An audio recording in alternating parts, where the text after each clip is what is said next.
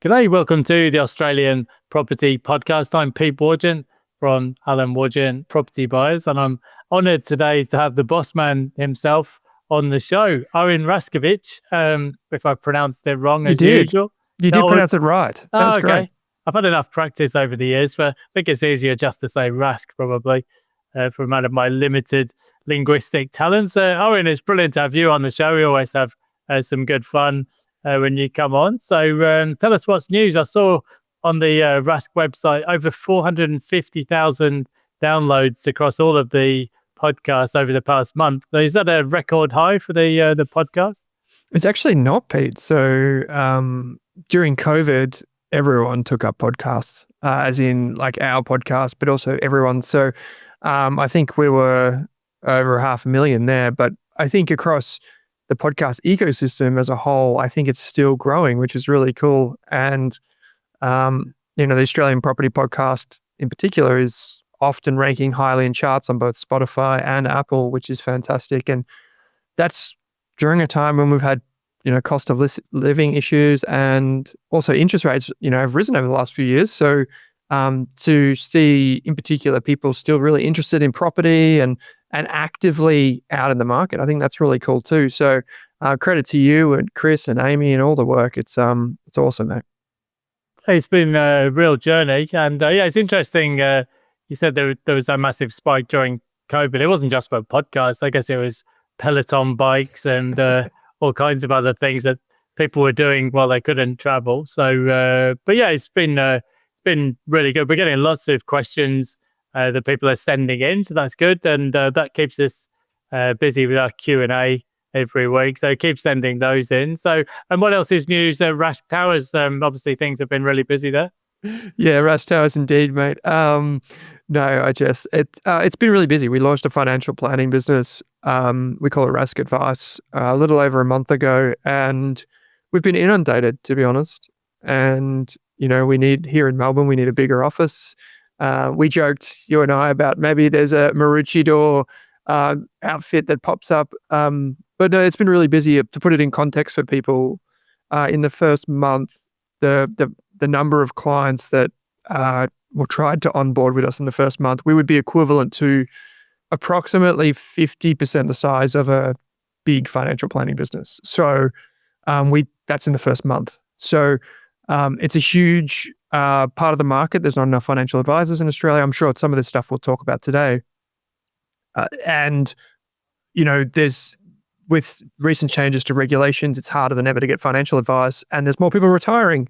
So, the demand for that ecosystem as a whole is enormous, and we've got all the licensing, we've got a wonderful community, we've got amazing people. So that's been keeping us really busy. I must admit, for people that don't follow you on Instagram, there was a few fun photos of yourself on the beach the other day. What's been keeping you busy, mate? Yes. Thanks for thanks for the. I've had plenty of comments on my Instagram feed. I thought so. We usually post things like reels of the podcast, and we post a few examples of properties that we bought and stuff like that. But I tend to mix it in with a few shots of the beach, and I think my budding career as a male model is probably flailing at in my late 40s and with grey hair. But I think you're doing pretty well, mate. Yeah, we've had a tremendously up and down year on the Sunshine Coast, because obviously we had the cyclone that blew through, and we didn't get the worst of it. Gold Coast got the worst of that, but there was also flooding in Brisbane. I'm glad to say that all of that has blown through now, so everybody's enjoying a few weeks of sunshine. But it's a very disrupted time for the property market as well, because we've had the long Easter weekend, then we've got the long Anzac Day weekend, then we've got the federal election on May the 3rd. So virtually nobody is now listing properties on the market. I think there was a big rush to get properties to auction before Easter, but now things have really died off. So yeah, a lot of time sort of trying to catch up with family and friends and that kind of thing at the moment. And it's keeping me out of trouble. But there's still stuff going on in the property market, but the stock for sale and the transaction levels will be down through this time of year through until the spring selling season. And Yeah, but we're getting loads of people book in for after Easter. So I think there's a general sense that interest rates will most likely be on the way down. People generally don't like to transact too much before an election. Just seems to be one of the excuses that people put in the road.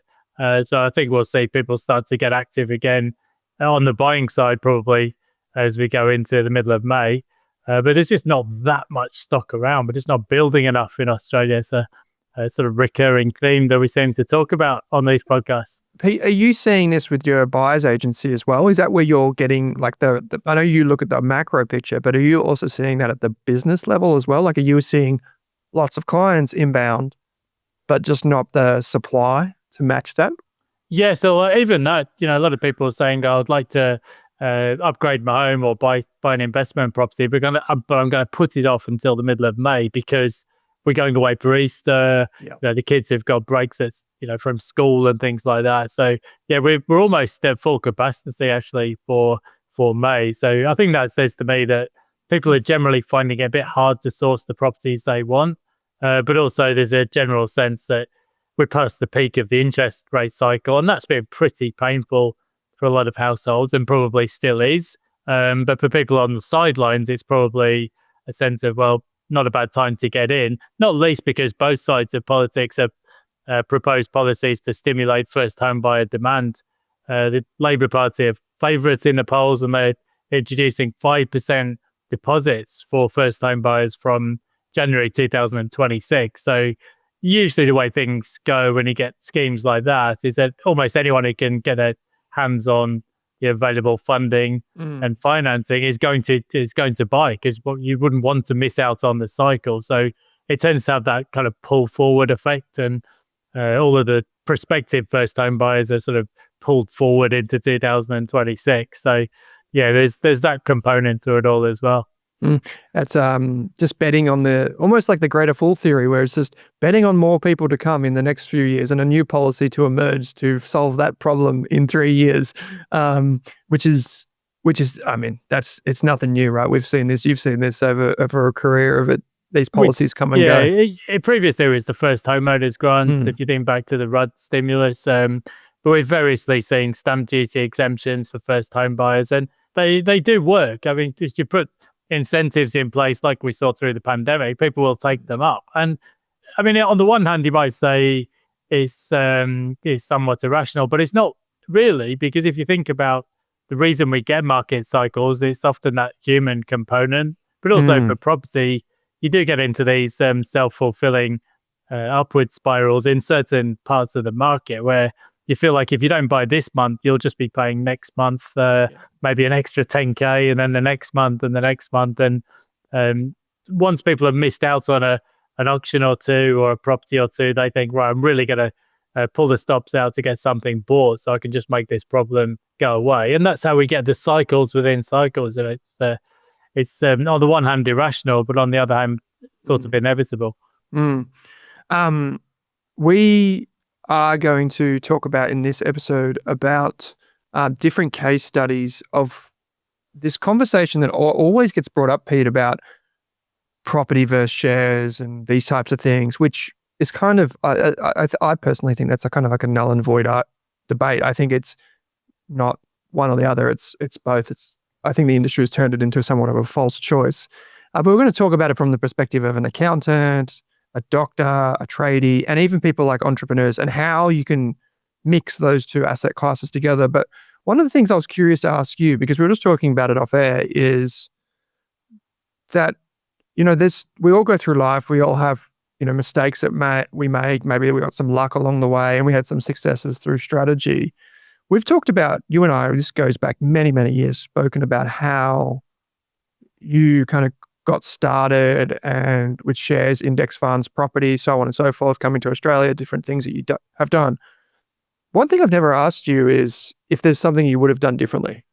Oh, completely. Yeah. I mean, I think there's two different things here. One is if you had your time again, would you do things differently? And I think that, I mean, to some extent, that's a sort of a philosophical question, because as you know, once you've sort of come to a point in your life where you settled down, got a house, got kids, married, in a sense, you wouldn't go back and change anything because everything that's happened has brought you to today. And, for somebody like myself who's been through a fair share of ups and downs, not just on the relationship front, but I've had grapples with addiction and anxiety. I mean, there's no end of things I would, of course, choose to do differently. I think as an investor, but there's certain things that, with the benefits of sort of middle age, you look back and think, yeah, I really wouldn't bother with stuff like that again. Margin loans in that sort of glorious bull market up until 2007, like everyone else, I was gearing up and I was pyramiding my investments, one on top of the other.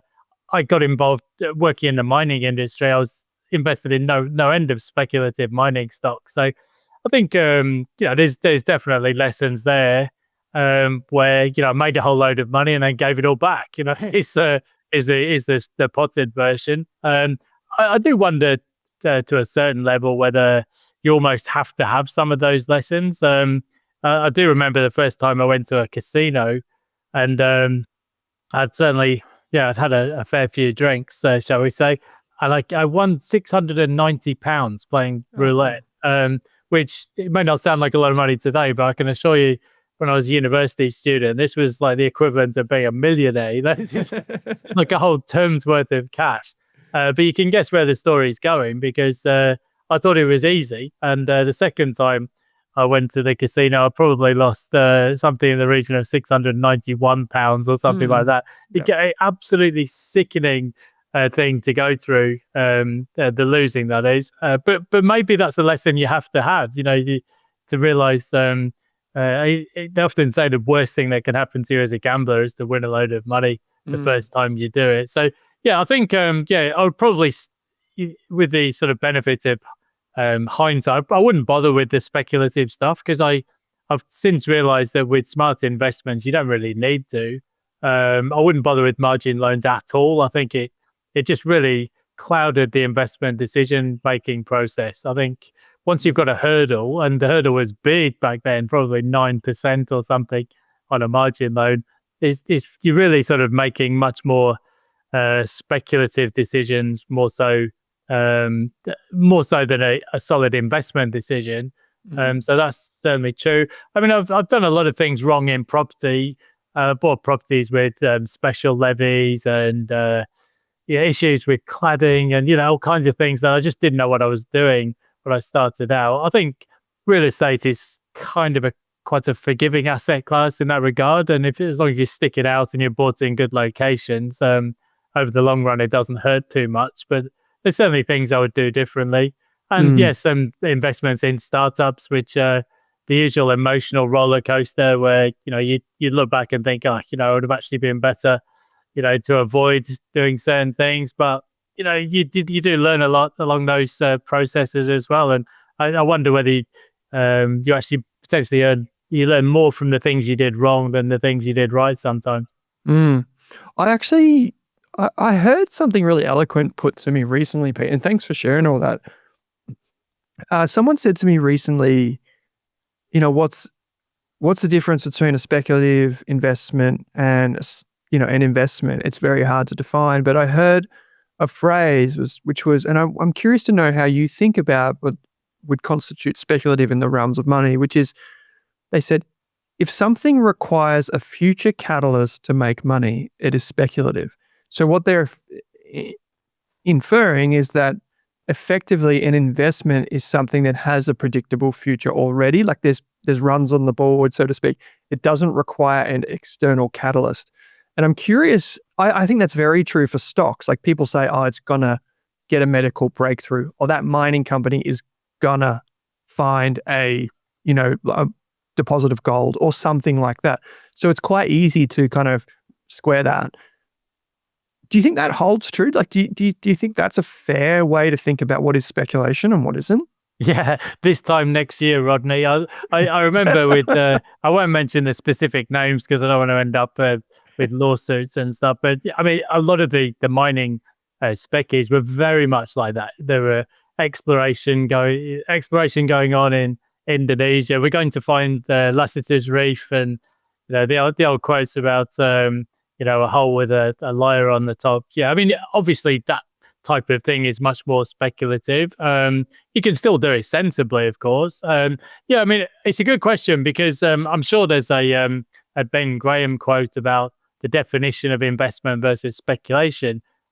What a lot of people would say is, well, real estate must be, by definition, a speculative play, because particularly if you're borrowing heavily to invest, you may well have a negative cash flow in the early years, and therefore you're kind of relying on the capital growth to sort of to generate the payoff. And I think the way I tend to look at it is that the stock market, you've generally got rising earnings, rising dividends over time, and the capital growth, it ebbs and flows, but over the long run, you can see that the total return might be somewhere in the range of, well, double digits, maybe a bit higher depending on your starting point. And real estate is not entirely different. And obviously, you have periods where prices go up and down, but you can see the long-term trend for rents is, it's basically up and to the right. And the same is true for prices. I think if you think about land prices tend to be driven by scarcity of well-located land, rising population, increasing wealth, and then construction costs practically only ever go up in Australia. We've got a heavily unionized labour force in the construction sector, so wages only go up. I think construction techniques, although they've improved, I think actually the product that people demand has also changed an awful lot over the past 60 years or so. So you tend to find construction costs are also, they occasionally slow down, but they really only just go up. And we saw that through the pandemic, a massive increase, about 40% in the price of constructing a dwelling. So, yes, I think there's obviously some risk involved if you're going to manage a significant amount of debt, for example. But the way I've tended to approach investing personally in real estate is that I just make an assumption that I'm never going to sell. It doesn't mean I won't at some point, but yes, if you're taking a sort of 10, 20, 30-year view, then it's far less speculative than if you're trying to flip a property this time next year, which obviously is going to require you to add some value. And those are, I guess, in the end, the two ways you can do real estate. You can make a long-term investment, either for the cash flow or for the capital growth, or you can try and manufacture some growth through renovation or development or subdivision. And, a combination of two can be quite successful as well. If I may, what's the asset that you've held the longest? You don't have to be specific, but is there, if when I ask that, what I guess the basis of the question is like, what is it that you've held for so long, and what gave you the confidence to keep holding it, I guess? Well, yeah, I mean, I think I must have told this on other podcasts before, but my wife came from a farming background, and her dad told her in no uncertain terms, you buy land and you never sell it. That was his whole motto, and he's still never sold any of his land, and he's nearly 80. And so my wife bought her first house at the age of 20 in Cambridge in England, never sold it. So I think if we were having this conversation even a year ago, I'd be able to say to you, I've never sold any property anywhere ever, but actually just in the past 6 or 12 months, we've just offloaded a couple, not for a change of strategy, really, just for a rationalization of the portfolio. I think if you've had a kind of a super boom in certain parts of your portfolio, like we've seen in New Farm in Brisbane, it just kind of made sense to us to take some risk off, pay down some debt, and then do a refinance. And just, I guess just for the sake of some plain numbers, if you're sort of reducing your debt by 500k and you can take a line of credit of 350 or something like that, suddenly you're just in a far different position from a cash flow perspective, got a massive buffer.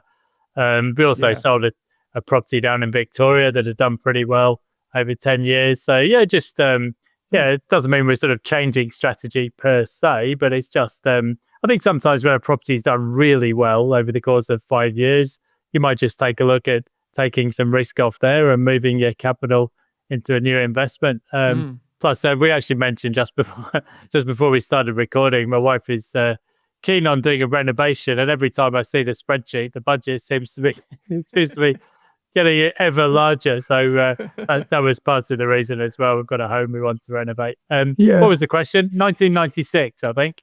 1996. So Yeah, so now you can work wow. out how old I am. My wife's actually 50. She won't thank me for mentioning on a podcast. I don't think she's going to listen, hopefully. And I'm 48. So yeah, I That's guess. significant. But look, so Pete, I don't know if you've ever seen it. There's a Morgan Stanley study, I believe it is, that shows that the average fund manager in shares, so these are professional investors who are by definition very myopic. The average holding period is 7.4 months. I thought you were going to say the best investors are dead study then. I Oh, thought no. you tried to. that actually may be an urban myth, that study. So the Yeah, I wouldn't be Fidelity study, surprised. we don't, our team has dug right into this. We can't actually find the basis of that study. It could be bullshit. It's a great headline. And I wouldn't even be entirely surprised if there's some truth in it. But I mean, I think though this is one of the things we'll get into in our case studies is that, look, just for me personally on my journey, I found that I'm not a very disciplined saver. That's the reality. And I think big tech firms have just got better and better at advertising things to you. Because I just, my sort of idle downtime, find myself Googling investor visas in Malaysia or St. Lucia, or, why not relocate to Kuala Lumpur? Just random stuff you look up on Google. But then from now until the end of time, I'm getting adverts on Facebook and Instagram about this stuff. Or, do you fancy a trip to Bali? There's always more things. If you're interested in travel, particularly like me, there's always another place to go, another holiday to book. And therefore, one of the challenges with the stock market portfolio, and by the way, we do have actually some FTSE trackers. They go back just as long. So, oh, really? Since around 90s, 96. Yeah. So, I mean, that was obviously, there's been a very, very long period where the FTSE was good from a dividends perspective, but the capital growth was pants. Now, I suppose because we've dollar cost averaged, it's kind of smoothed it out, and we did get a nice uplift recently. Yeah, I think those kind of investments, and particularly if they're tax preference like ISAs and things like that, you may have the discipline to stick with it. But one of the challenges with a stock portfolio is the liquidity. And if you're thinking about the potential to spend money on a renovation or go traveling, it's just so much easier to click the sell button. And as you said, even the fund managers are churning over stocks every 7 or 8 months anyway. Whereas property, I always marvel when I do my tax return about properties. Oh, look, I bought this one in 2009 or something. And it's like, before you know it, it's been a 16-year investment. And I've never really thought about the prospect of selling in Sydney, because I just figure it's one of those cities where you just keep on investing. But I guess it's easy to take a long-term view with properties in the eastern suburbs in Sydney, because you can see you've got 100+ years of proven performance, and it's probably not going to slow down too much. That's really interesting. And I'll come back to, I actually just brought up some numbers here, Pete. So since the year 2000 till 2025 so far, the FTSE, which is for people that are listening, the UK stock market, this is the FTSE 100, in total return, which is dividends plus the growth, 6.6% per annum, which compares to roughly 9, 10, 12% elsewhere. It's really interesting how the FTSE as a stock market has evolved. If you look at Aussie market, you get franking credits, which gives you a few extra points. But the compounding is still significant, right? It's still significant.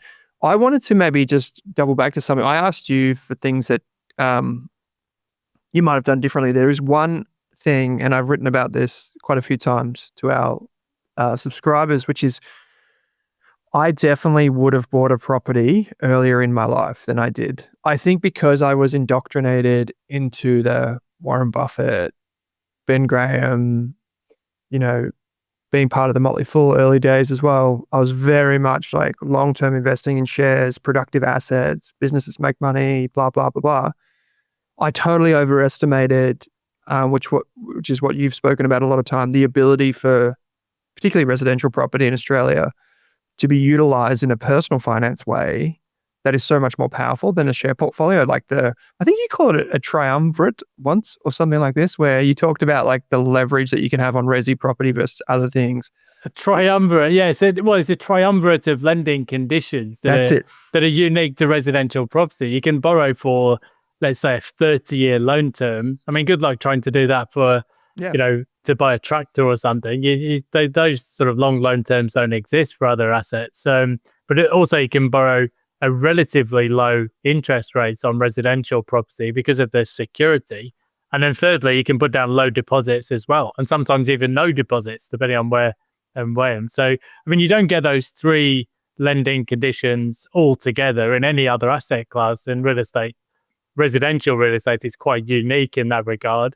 As you say, once you sort of get to understand the game a little bit, it's often said that property is a game of finance with houses in the middle. I mean, that's kind of true to a certain degree. I think you've got a good broker like Chris on your side, or Chris and Ben in the team at Alcove, and they'll just step you through the best way, the most tax effective way to use some debt. And you'll find even the super wealthy will have, they'll be carrying some debt on their personal balance sheet for the tax shield, also to use some leverage. And you usually find that debt gets inflated away over time. So that's certainly been part of my thinking, is that use some debt, basically max out your borrowing when you're younger, and then just let the debt inflate away over time, and it feels a bit less intimidating with every passing year.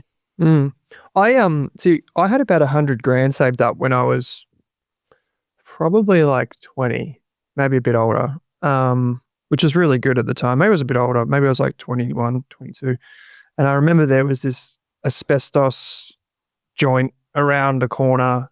It was near an acre, close to the best school in the area. I was on a dirt road, and it was a steep block. It was a steep road, but the block itself was flat because it was kind of up on the high side, and it was actually flat.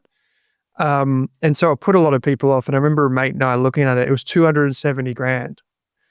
And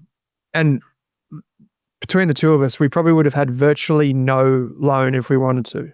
So he was a plumber. I consider myself, and I know enough to be dangerous. And so we could have bought this place. Instead, we were renting, whatever. Subsequent to that happening, the road got made. The area was one of the fastest growing suburbs in the country for 2 years in a row, which we weren't to know, obviously. We just thought it was a good area. It's where we lived. The schools won all these awards. The town's gentrified. And that place, I think last time I looked at it, was probably worth 1.4 plus, not to mention any type of anything that you could have done. It was pretty run down. And I remember thinking, I did the numbers on this, Pete, because what I did instead is obviously I started Rask, I started a business, and which is great, and I don't regret that. But I could have used the money for the deposit and then redrawn and then had tax effective investments in shares or started a business after I bought the house. This is one of the things look, I've got a few $100 grand sitting around in self-managed super at the moment, and I'm watching what's happening with the Trump tariffs, because I'm really keen to put that money to some good use. But I often wonder when I see these debates, you get the sort of pro shares and index fund people, and I'm not a property or shares advocate in particular, but you do get people often sort of shitbagging, people who buy real estate. You're like, you're an idiot. Look, the S&P 500 has done 10% per annum for 60 years, and you'll never get the same in real estate. But I do wonder, as you said, I mean, what if you put down, let's say, a 10% deposit on that place, 27 grand, and you paid their costs? I mean, look, this is just the way I've looked at it. Real estate, well-located real estate, land prices have done 10% per annum for over 100 years in Sydney. And obviously, you've got the building component and the land component. But even if you say you get maybe a 5% return, if it's 5 or 6 times leveraged over time, it's not going to be a bad return on your capital. I think it goes back to, trying to remember what I learned in accounting school now, Modigliani and Miller. Like, if you use a bit of debt, it's obviously going to increase your personal value, but there's obviously, on the flip side, there are risks to be managed as well. Yeah. And I think that's where the sensible leverage comes in. But that's that triumvirate. Have I said that correctly? That's what I think about a lot is You said that about as correctly as I said Raskovich at the start. I feel like that you just can't do that in shares. And having, I guess, what I would have said to my younger self would have been, yes, Warren Buffett, super genius. It's admirable to try and be a great investor like him or Charlie Munger or whoever, but just have an open mind. Like just understand the benefits of the other asset class and how that could potentially even complement what you're already doing over here. And, actually maybe this leads us into one of the areas, Pete, of these case studies, which maybe this more entrepreneurial type person, because one of the things that I didn't realize when I was doing all this is that if you started a business, you kind of need to wait at least 2 years. You need to have 2 years of good financials to get a loan to buy a property. I just thought, well, if I was paying myself a decent wage, surely the bank would give me some money, but I couldn't buy a house. Well, this is why there's no one size fits all, isn't it? If there was, then we could just get a robo-advisor to say, at the age of 21, you start saving, you buy your first home, you max out your super, then you start saving some extra funds to put into ETFs. I mean, if it was as easy as that, we'd all be geniuses, wouldn't we? But of course, in the real world, life gets in the way. You have a change of career, change of relationship. Maybe you decide, like I did, to go and live overseas in Asia for a few years, and then I've decided, no, I'm going to come back to Australia. And then if it was as simple as just a formula, we could all do it. So let's look at a few case studies. I'll just start in one extra thing there, and I think there's a couple of things. One is personality type, which we'll cover in the case studies. Another thing is there's definitely a stage of life thing, because as you said, your borrowing capacity might be really good when you're in a paid professional career, but if you decide to go out on your own, your borrowing capacity might be scotched for a couple of years, and then it might come back. There's a bit of a feast or famine thing that goes on. And I think as well, the other thing, I mean, Charlie Munger, I think he made his first millions actually in real estate as a developer. He did. A lot of people, yes, don't know that. And it did make me laugh before he passed away. When a couple of, in his final interview, I think, there was sort of, do you have any regrets? You've retired as a multi-billionaire. Oh yeah, I could have made hundreds of billions if I'd just been a bit smarter and worked a bit harder, which is a completely unexpected answer. But also he did say, when people say, oh, you don't use leverage because, all the old Buffett quotes drink. And he said, oh, but, if you've got something you think is a cinch, maybe the correct asset allocation is 200% of your personal net worth, which also made me think, wow, that wasn't an expected response either. So that's not to say you should go out and sort of leverage up into something you think is easy. But I think there's definitely different ways to go about it. Let's look at a few case studies, shall we? Okay.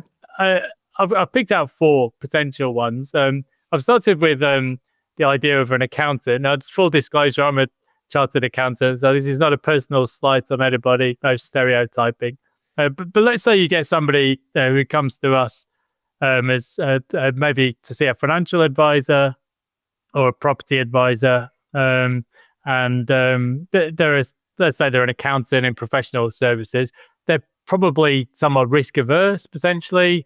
They might be sensitive to cash flows if they're going to do a property. And this is a very common scenario. You've got somebody who owns a home, maybe got 1 or 2 kids. They contribute to their super, and they're thinking about potentially having a rental property. I mean, that's probably almost one of our most typical cohorts. If somebody in Sydney or Melbourne, they're on a good income, they want to sort of, they've done well with their own home and they want to add a rental property, maybe interstate. I think this is where you might get somebody of the personality type. They're sort of an analytical person or a thinker, and they really want to understand the numbers. And that's where you sometimes get this dichotomy. And some people think, well, I've done okay with my own home. Maybe I should buy a rental property. A lot of other people around me seem to be doing the same thing. But if you're a disciplined person, you've got a very regular salary income every month, well, maybe that person is equally suited to building a stock portfolio with some ETFs. So I suppose that's a pretty common scenario. What would your financial advisors say in that situation? I think superannuation is kind of a no-brainer. It's just such a tax-effective scheme in Australia. But what about outside the super? Would they go for something like a rental, something in the stock market, or maybe both? You know what we're seeing is probably the both. We're seeing a lot of people with good careers, like stable incomes. We're seeing a lot of debt recyclers and equity release to invest in shares type situations. I think because a big part of that is because people in the community know that property is a great wealth creator. Same with shares, same with running your own business potentially, although that's probably obviously the highest risk. And a lot of them, once they understand the mechanics of, like you said before, refi and redraws, even the extent to which interest could be tax deductible, because that's it's a component of an investment property is the negative gearing and that kind of mathematical relationship. So what we're finding is we're still finding people that build multi-property portfolios, but I would say increasing in the mix is this idea of how do I own either one really good asset that I could upgrade into, or how do I still make use of the equity that I have now to invest tax effectively into ETFs or something like that. This is becoming way more popular than I thought it would ever be, to be honest. And I don't know if that's like a land tax thing or affordability in property. Maybe they can't get what they want, so they get $100,000 refi equity release, or maybe they get $200,000, but they don't get the ability to draw more. So maybe that, I don't know. What do you think? Maybe that's just a symptom of interest rates going up, borrowing capacity. I don't know. A few of those things. I think since 2014 in particular, I think the amount of money that an individual can borrow is also capped at effectively it's a multiple of your income. And there's a change to the way expenses are treated as well. So we used to use kind of benchmarks. So I guess, yes, the borrowing environment is tight, not just in that regard. That was APG 223, the policy that was introduced, but there's also APRA's got a 3 percentage points lending assessment buffer. So let's say you go to the bank today and they say, okay, we'll do your loan at 6.5%, but we're actually going to run a stress test at 9.5%, basically a mortgage rate you're never going to pay. And yeah, people might say, well, okay, well, I can only borrow a lot less than I thought. And actually, to get Chris always talks about quality over quantity in real estate. And if you can only get a sort of average grade property, well, maybe they go to do something else, because in a lot of capital cities, the median price for a dwelling might be around $1 million now. So it's a big chunkier liquid asset. And for a lot of people, a big chunk of their net worth as well. So yeah, there's different ways to go about it. I'd say, that's a very common scenario that we get though. I did something very similar to you recently, which I've spoken about on the show, which is, so we probably didn't have the capacity to buy an investment property, but what we did have, at least not where we would want in Melbourne, but what we did have is the capacity to redraw significant amounts and pop that into an account that then we can draw down to use across the business or across investments. So it's tax effectively used across the different structures. And hopefully in the future, the value of the shares that we buy or ETFs, they rise through time. Or if we put tip money into the business and that's growth, CapEx, then that's returned to us through that like a personal loan to the company. So I think one of the things is that a good accountant would understand the mathematics of it all. Maybe the hurdle is more the behavioral side of things with an accountant, Pete. Yes, and that's one of the things that we've talked about before, is that property, if you buy well, there can be a behavioral advantage there, because people think, well, I'll sit on this for the long term. Maybe it becomes an investment for the kids sometime in the future. Whereas with stock markets, as we've seen over the past few weeks, there can be a bit more volatility, and not everybody's cut out for that. I think there's some people are glued to the screen all day, and that's not healthy. So yeah, this is why some of it comes down to personal preference and personal I guess, your personality type. So yeah, that's definitely a factor as well. Well, let's look at a second case study. So we get quite a lot of people in the healthcare space. I mean, it's the biggest employer in the country now, healthcare and Is social it really? assistance. Yeah, I mean, it goes, look, it depends on the category. 'Cause a lot of Yeah. people would be categorized under things like administration, but then that's such a catch-all term. But certainly the growth in employment has been phenomenal over recent years. NDIS has really taken off all around the country as well. Of course, we're an aging and growing population. So, yeah, healthcare can incorporate anything from nursing to a GP. So, you might have somebody who's a surgeon or an anaesthetist, or, you might be, some of the softer skills. And then you've allied got health. mental health and aged care. So it's a massive sector. Let's take the example of a doctor. I mean, so those are often people who earn higher incomes. They've often got more tolerance for risk. And again, not to stereotype, but you do get sort of more confident personality types. They're very sort of knowledge-based people. And those that cohort, they're often people who want high growth assets. And I think you mentioned land tax before. Some healthcare professionals actually need to invest via trusts. For example, if you're a surgeon or an anaesthetist, you might need asset protection. I think if you're a general practitioner, not always the case. If you're insured elsewhere, professional indemnity. So that's one thing that people need to factor in.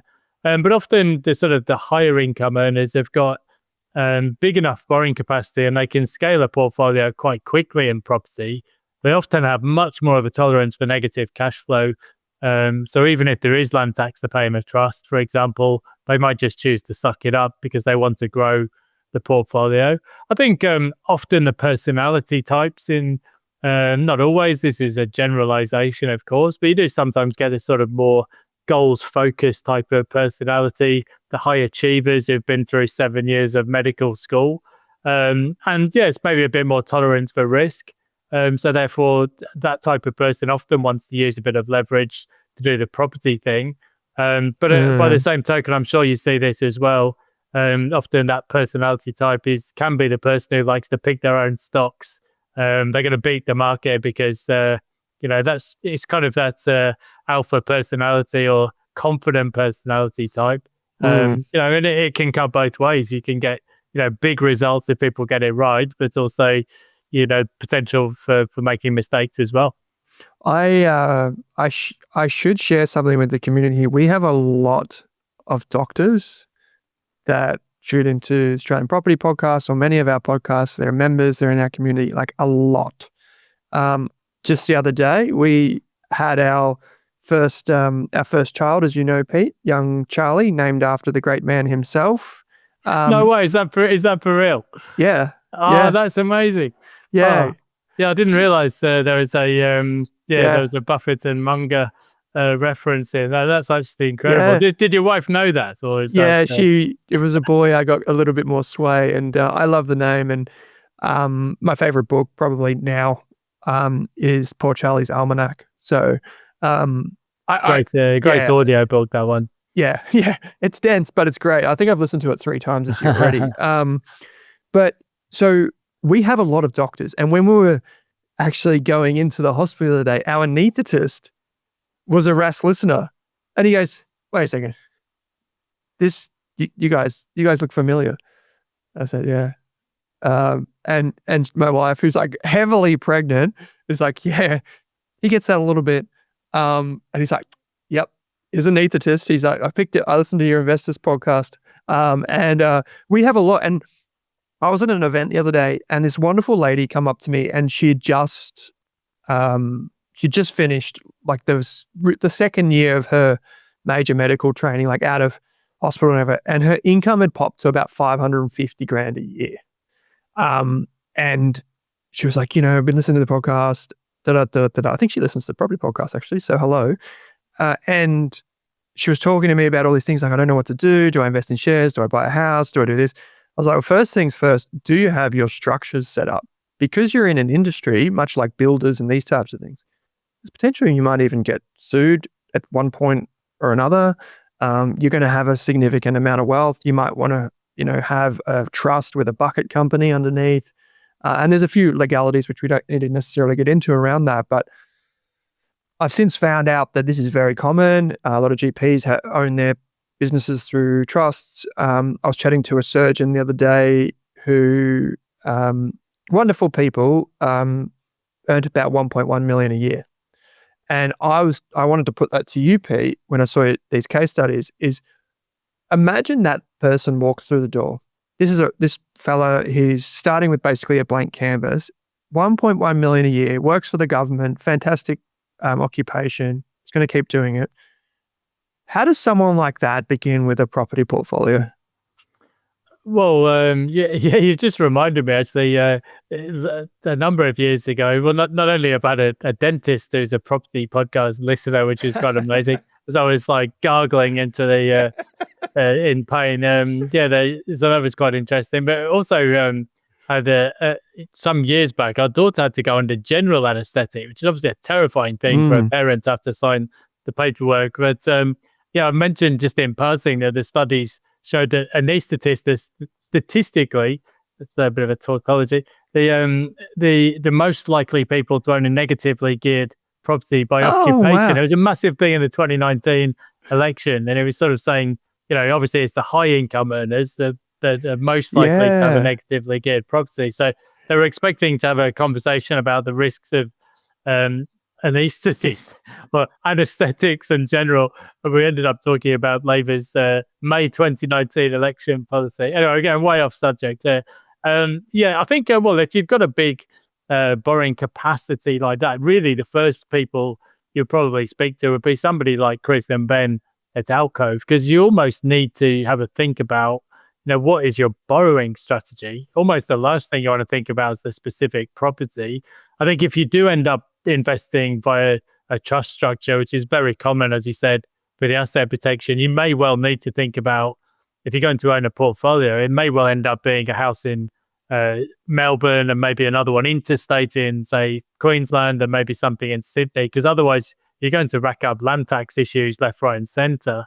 I think those are the first considerations. One is think about the borrowing strategy, how much, how many, and for how long. And then secondly, the actual assets that would slot into that. Now, a lot of buyers agents will say, well, the best place to invest is in our backyard because that's where we buy. But I would say quite commonly there, if you're going to grow a significant portfolio, for example, if you buy in Queensland, the trust threshold for land tax is only 350,000 on the land value, and then you're into paying land tax. So you don't necessarily want to be stacking up multiple investments in one state, because the land tax starts kicking in 1.7%. And although it's deductible, it's also very annoying. So one of the reasons, as you mentioned, actually, that people don't generally build massive portfolios in Australia is the land tax. If you go to the UK, much more common to see professional landlords with hundreds of properties across a rental portfolio. It just doesn't happen that much here because of the land tax. Yeah. A lot of people probably had their jaws drop when they heard of incomes like that. That's maybe a bit more towards the senior end, but you do see people with those good incomes. And even if you're in healthcare and you're at the junior end, or you're in a different profession like allied healthcare, what I would encourage everyone to do is reach out to someone like Chris, or just in general, go and do some Googling along the lines of particular incentives that might apply, because in certain professions, there may be no LMI to pay. There may be lower, loan thresholds. There may be particular incentives for you with certain banks. So that is a genuine leg up for people in healthcare writ large. So I would go and check that out. Now, the next case study is actually a tradie, which is construction, a very, very popular, a very large and significant part of our economy as well. I always thought construction was the biggest industry, Pete. So if healthcare is number one, does that make construction number two? Or yes, I mean, construction, I think it's around 1.2 million or so employed. Again, it's a big catch-all term for a very diverse sector. Whereas healthcare and social assistance has grown practically up and to the right, over all of the recent years. And I mean, tradies, it's interesting. You say, what would you do differently? I often say in passing, I wouldn't even bother going to university, I'd just train as a builder and then get straight into investing. But of course, a lot of this stuff is said with the benefits of enormous amounts of hindsight. And then who knows, all sequences could have changed. And I might have ended up working in Poland as a bricklayer or something. You just don't know. You just don't know where things would lead. But I mean, I would often, I'd say, well, gosh, if you include healthcare, tradies and real estate, that's the entire Sunshine Coast cohorts covered off. But you would often say I've got no end of tradies clients, and I would say they're very often my best clients of all. I just love working with tradies. I think they've often got a good set of skills anyway. They're usually very decisive people because they need to be in their sort of business. But they tend to have pretty good incomes in Australia in particular. Often they have an entrepreneurial spirit. And I think as well, they just very often have the skill set to add value to properties either now or sometime in the future. And they tend to have a good eye for a deal anyway because they're sort of always working in and around housing. So I think often, again, sometimes there's trust structures to factor in. But some of, probably most of my best clients over the years have been sparkies and plumbers and builders and things like that. And I mean, it's interesting because in Britain, there was certainly 20, 30 years ago, there's a general concept that, if you're a skilled person, you become a doctor or a lawyer or an accountant, you wear a suit to work. The tradies are somehow in like a second tier or a builder or something like that. And then you've got sort of more sort of factory and warehouse based roles. Well, I think all those stereotypes have kind of gone out the window, and they definitely have in Australia because, the guy who comes and clears my gutters is probably earning more than I am. He's probably got a few $100,000 a year, and he's off scuba diving around Indonesia and Europe and stuff. So I think, it always strikes me in Australia when I go to the cafe and the people come in high vis vests and they're ordering acai bowls and nice fresh juices and things. You can earn a fantastic living as a tradie in Australia, particularly on FIFO. And it's an ideal cohort really for people who want to buy property, subdivide, add value, renovate, that kind of thing, because they're kind of in the game anyway. Yeah. It's that's actually a really good point you make. Sam Altman, who's for folks that don't know, the founder of OpenAI or ChatGPT, as most people know it, he came out with a tweet very near the time when the first ChatGPT came out. And he said, how long will it take? I think I don't know the exact profession, but he said, how long will it take for a plumber to be paid more than a lawyer? And because he knew what the future held for a lot of white collar workers with AI and these types of things. And we've still seen skill shortages in Australia for a very long time. But I think, it's interesting you say obviously about the eye for things being in that industry, but I always really admire when a tradie does a reno on their own house and the amount of like craftsmanship and quality that goes into it compared to the flipping or the other people that do whatever. It's actually remarkable, the thought that goes into it. So you can definitely get around that and support that. I think the one thing from a financial planning context I've always just prompted people to be mindful of is, we have had a very good environment in Australia for property and the construction industry as a whole. It's just to be mindful of the alignment in every aspect of your life. So you've got your home, your job, your investment property, and probably your supers with CBUS, which tends to invest in a lot of property and infrastructure because then they support the unions and blah, blah, blah, blah. Is just be mindful of that alignment and explore, like in my case, just be eyes wide open to what else is out there. And fortunately, like a lot of tradies, a lot of business owners that I know do explore that sooner rather than later. Like they think, well, I do probably want some ETFs or some shares, or I'll go and invest in that other thing, or I'll have enough cash for dry powder. And they do look around, and I think that's getting more sophisticated now. And it's good to see because, you can always just pull your cash out and then go and do that project or whatever, or development.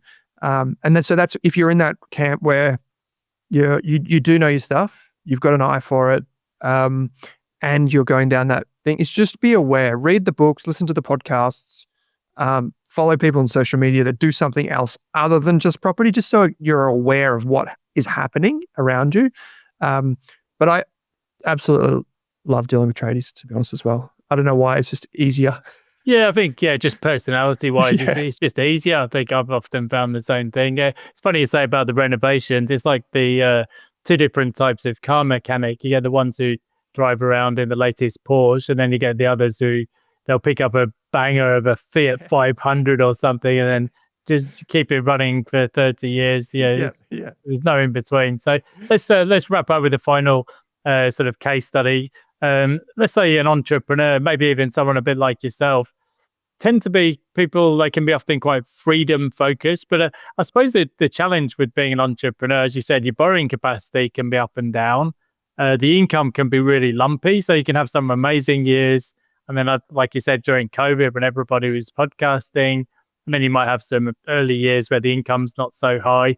And look, some people might view having residential property debt as a bit of a noose around your neck. It sort of stops you being so free. And if you got to worry about repairs and maintenance and things, some people would see it as more of a forced discipline. It's, if you can just stay on the property ladder for the long term, you'll be rewarded. I guess, shares being more liquid is both a pro and a con. If you need the money urgently, you can probably get it same day. Also, that's difficult for people who don't have discipline like myself. So, there's pros and cons, I guess. But I think we've already spoken to some extent on this. You've talked about some of the challenges and some of the things that you might do a little bit differently if you knew ahead of time that you were going down the entrepreneurial route. Yeah, I think there's if we think about Robert Kiyosaki's cash flow quadrant, and this will be the extent of my praise for Kiyosaki for what it's worth. He's just pretty nuts. Is that one of the key pillars in the 4 quadrants? So you got top left, top right, bottom left, bottom right. Was the bottom right was this run your own business, and there was another one which is invested in someone else's business. And I think that a lot of the entrepreneurial stuff is great from a freedom perspective and those types of things, but I think have a good salary, use property effectively, use like ETFs effectively, and understand tax. I think if you just go down that path, there's significant rewards for most Australians without having to take on huge amounts of start your own business risk and do all that, because we know the statistics, a lot of businesses do fail, and that is, all well and good. I had once a CEO said to me, he said that good ideas are cheap, good execution is extremely expensive. And what he meant by that was everyone has an opinion. You watch the footy on the weekend and everyone's like, he should have handballed it, or he should have done this or whatever. Like, yeah, no worries, mate. But the reality is actually executing on a wealth building strategy is what counts. The ideas and starting your own business and all that might seem good, but I don't want people to think that it's a sure thing. And I think that's what a lot of people wrongly assume. Like we just spoke about tradies being a great example. How many tradies do you know that don't have 20 people working for them? A lot of them try to scale to that, but it's really hard to manage that many people and the cash flow and this and that. And sometimes you don't need to do that to get the best outcome.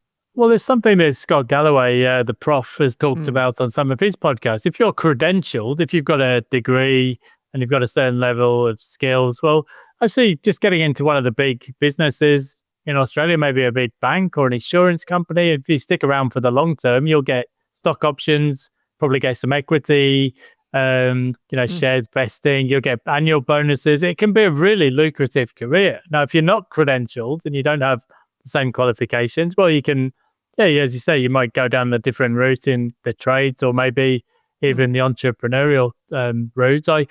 One of the things I took away from Kiyosaki's book was basically build businesses, buy real estate. But actually, in my case, because both my wife and I were higher income earners at the age of about 26 or something like that, we just thought, right, we've got big borrowing capacity, let's use it now. It is actually harder, as you say, in the early years of running your own show. Like, it's much more difficult to show pay slips or tax returns that tell a good story. So Yeah, look, there's different ways to do it. I think one of the big debates for people, and something that's going to be coming up for us in 5 or 6 years, I guess, is whether to even go to university. I think in our day, it was for me, it was a no-brainer, really, because I didn't, I had the grades, and I didn't really know what else I was going to do. But I recently visited Harvard when I went over to Boston for my brother's wedding, and they were saying the average degree costs 440,000 US now at Harvard. I was like, almost like, oh,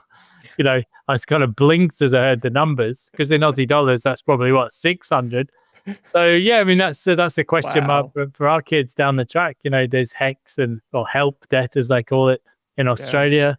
We didn't really graduate with too much debt back in our day, but it's a question for Ruby and Stanley as they come up to that. But a bit like yourself, Heather gave me a short list of names, and when she said Stanley, I was thinking of the Gabba, Stanley Street. I was like, yeah, let's go with that one. I don't think she realised it until we got our Brisbane Lions membership. Well, you'd be very happy at the moment with the Lions. So yeah, I guess I'm trying to think of what the takeaways are for today. I think there's a few things. One is there's no one route to success, right? There's lots of different ways you can do it. That's true of your career. It's true in business. I think in business, if you can find something you're passionate about, you'll clearly do it better than somebody who's doing it because they feel as though they have to. But there's different ways to invest in property and the stock market as well, and your superannuation. I think some of the variables, there's definitely the stage of life, but also just personality. Some people are just better drawn to certain asset classes. And at the end of the day, if it works for you, then, you don't necessarily need to change course. Yeah. Yeah. I heard this in Spanish the other day, so I'll try, which is porque non los dos, which I think is the translation for why not have both, in the old El Paso hard or soft shell ad, Pete. Well, I was just going to show you. I don't know if you can see this on screen. You probably can't, but I'm on day 442 of Duolingo Spanish. So, there you go. Yeah, porque no los dos. Yeah, there you go. That's about the level I've reached, funnily enough, in a year and in about 14 months of learning. But what a wonderful it does make sense. I did understand. I did comprende. Yeah, but it's one of those things, right? Like I think one takeaway for me from this conversation is, other than I just love catching up with you, is consider everything. You don't have to do everything, but just consider it. Be aware of what's happening, because there may be moments in time where one does make more sense than another. And, just because you see it on Instagram, you hear it here on a podcast or whatever the case may be, it doesn't necessarily mean that you have to do that one particular thing, but you may do something that is inspired by that or similar to that. And I think that's enough. And you can take it from both Pete and I, who have had different journeys at different times and arrived at a near similar opinion. I think that speaks to kind of what we're saying. So that's great, mate. Really, yeah, I think that's it. I think you can become a bit of an evangelist for the various ways to do things. But then as the older you get and the more experience you get and the more people you speak to, you realize there's no one way to do all this stuff. There's only the best way for you. So yeah, no, it's been a fantastic episode. I guess we're up to an hour of chatting, so I should let you crack on. I mentioned just before we started recording, I've just settled on a 350k refinance today, and I better log off before. I'm pretty sure my wife's already got designs on how to spend all of this on a Renault. So if I don't go sooner, we'll be down to 300 and beyond. So better love you and leave you. Oh well, mate, this has been heaps of fun, and good luck with that refi. It's a good illustration of what you can do at the right time. So really appreciate your time, Pete. And there'll be full links in the show notes. If you're on YouTube, in the description. If you're on Apple, Spotify, or wherever you get your podcast, it's just there in your podcast player. You can get in contact with Pete. He's also on X, Instagram, and everywhere else. So that's all in there. And you'll find plenty of links to Rask stuff as well. Mate, thanks for joining me. Cheers. Thanks, everyone, and see you next time. Thanks for watching this video on the Rask Network. While you're here, don't forget to like and subscribe so you can get videos each and every day on business, finance, investing, and so much more.